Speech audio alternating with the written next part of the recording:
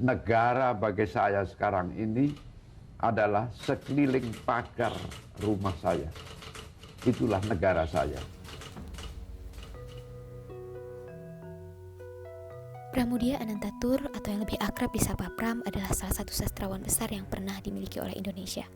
Putra sulung dari seorang kepala sekolah Institut Budi Utomo ini telah menghasilkan lebih dari 50 karya dan diterjemahkan dalam 41 bahasa asing.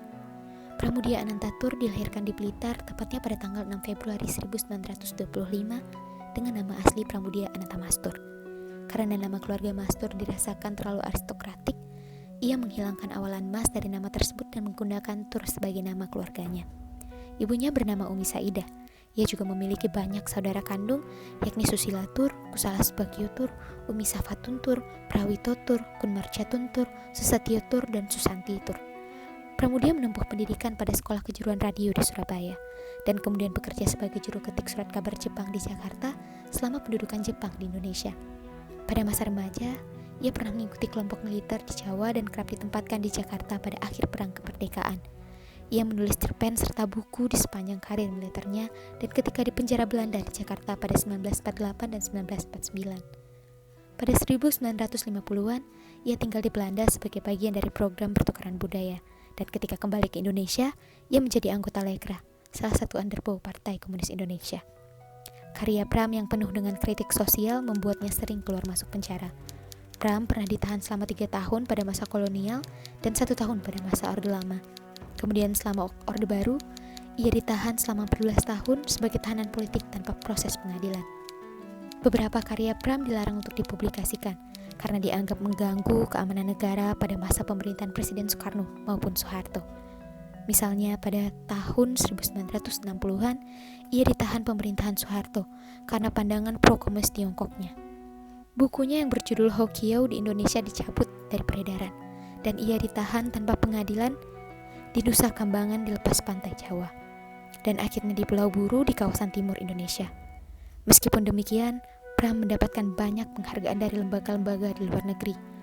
Potret kehidupan Pram yang dibenci di negeri sendiri, tetapi dihargai di dunia membuatnya tetap optimis dan tidak pernah berhenti berkarya.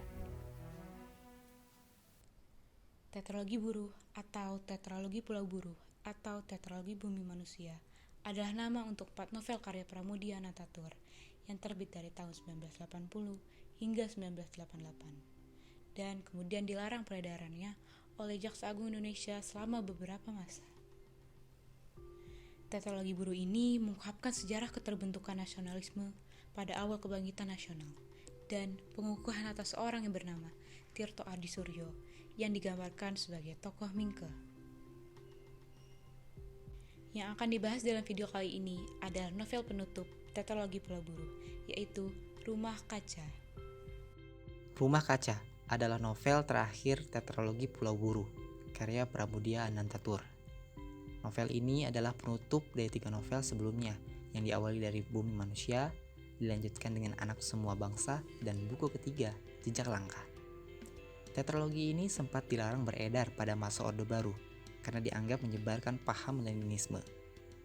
Pramudia Anantatur masih mengambil latar waktu pada masa pemerintahan kolonial Belanda. Namun, berbeda dari 3 novel sebelumnya yang mengambil sudut pandang Mingke, si aku dalam Rumah Kaca ini adalah Jacques Pangemanan. Jacques Pangemanan adalah seorang anak bangsa berpendidikan Eropa asal Makassar yang bekerja pada pemerintah kolonial. Kisah hidupnya berawal dari dirinya sebagai yatim piatu yang kemudian diangkat anak oleh Tuan de Chagny, seorang apoteker berkebangsaan Perancis. Dia sempat mengecap pendidikan Eropa sebelum akhirnya kembali ke Hindia dan bekerja sebagai polisi negeri. Dia berpendapat dengan menjadi seorang polisi dapat menumpas kejahatan. Sampai pada akhirnya, dia berhasil menumpas gerombolan si Pitung. Saat mempelajari kasus si Pitung, Pangemanan tersadar bahwa yang dilakukan si Pitung dan gerombolannya adalah akibat dari ketidakadilan yang diperbuat pemerintah kolonial masa itu. Tetapi, Pangemanan terbuai akan promosi jabatan dan kenaikan penghasilan setelah dia berhasil menumpas si Pitung dan gerombolannya. Promosi Pangemanan sebagai komisaris besar polisi membuatnya ditugasi pekerjaan baru untuk mengawasi mulai bangkitnya kebangkitan nasional di Hindia. Kebangkitan nasional ini diawali oleh Raden Mas Mingke yang mendirikan Syarikat Dagang Islam dan sebagai perintis surat kabar Medan. Karena sikap Mingke yang kritis terhadap pemerintahan kolonial dalam tulisan-tulisannya di Medan, menyebabkan Gubernur Jenderal Hindia Belanda saat itu, Hindenburg, menganggapnya sebagai ancaman. Dan tugas pertama Pangemanan sebagai Komisaris Besar Polisi adalah membuat laporan penelitian tentang hasil tulisan-tulisan Mingke serta membuat rekomendasi tindakan yang semestinya diambil terhadap Mingke. Nampaknya, kepala polisi yang memberinya tugas ini senang atas penelitiannya. Dari situlah Pangemanan diminta melakukan rekomendasi yang ditulis Pangemanan sendiri, dan setelah mencoba sebanyak 3 kali, usaha tersebut terus gagal. Setelah ketiga usaha gagal, Pangemanan diminta untuk meneliti persoalan politik luar negeri tentang kebangkitan nasional di kawasan sekitar Asia di gedung Landsarchiv. Kebangkitan nasional ini dibandingkan dengan kebangkitan nasional di Hindia.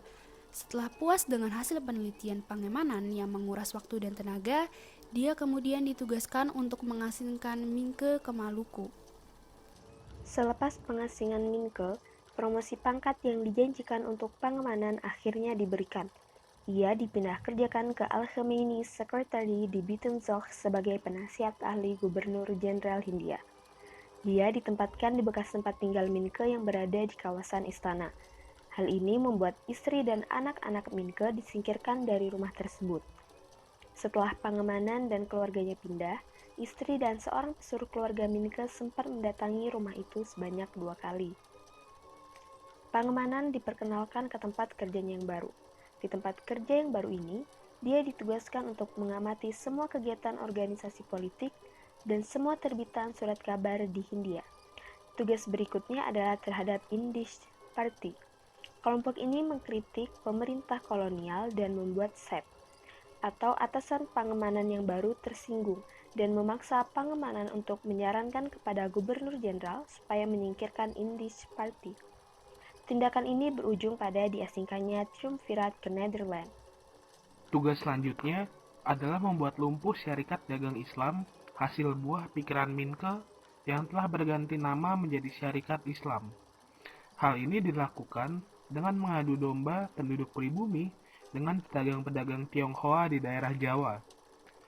Penduduk pribumi yang menjadi pelaku kerusuhan dikelompokkan menjadi anggota Syarikat Islam dan bukan anggota Syarikat Islam. Kelompok anggota Syarikat Islam kemudian ditonjolkan ke dalam berita, sehingga dunia internasional tidak menaruh simpati terhadap Syarikat Islam. Padahal sebelumnya, dunia internasional mulai memperhitungkan kekuatan Syarikat Islam di Hindia. Setelah lumpuhnya Syarikat Islam dan Indisch Partits, banyak organisasi-organisasi kedaerahan yang terbentuk, seperti Jong Java, Jong Sumatera Nenbon, Rukun Minahasa, dan lain-lain. Pekerjaan Pangemanan makin menjadi-jadi saat ditambah lagi dengan anak buah Mingke yang bernama Marco dan Siti Sundari. Karena tekanan pekerjaan, Pangemanan mulai menghibur diri dengan minum minuman keras. Hal ini membuat Paulette Pangemanan, istri Jacques Pangemanan, bersama anak-anaknya akhirnya memutuskan untuk berpisah dengan Pangemanan dan kembali ke tanah kelahirannya di Perancis. Pangemanan menjadi semakin tidak terkendali dan menggunakan segala cara untuk mempertahankan kedudukannya. Karena saran dari Pangemanan kepada Gubernur Jenderal, Marco dan Siti Sundari akhirnya dipaksa untuk mengasingkan diri ke Nederland. Setelah 5 tahun Mingke di Maluku, akhirnya ia bebas dari pengasingan. Ia kembali ke Jawa untuk melanjutkan perjuangannya. Kota pertama yang ia singgahi adalah Surabaya. Dengan ditemani Pangemanan, Mingke berkeliling di Surabaya dan sekitarnya untuk reka ulang kejadian-kejadian yang pernah dilalui dan ditulis oleh Mingke. Pangemanan sendiri menganggap Mingke sebagai gurunya setelah membaca tulisan-tulisan Mingke dalam Nyai Antasoroh, Bumi Manusia, Anak Semua Bangsa, Jejak Langkah, dan tulisan-tulisan Mingke lainnya. Namun, karena Pangemanan mengabdi kepada pemerintah kolonial dan juga karena dia mencintai jabatannya, ia akhirnya bertugas untuk melumpuhkan segala aktivitas Mingke.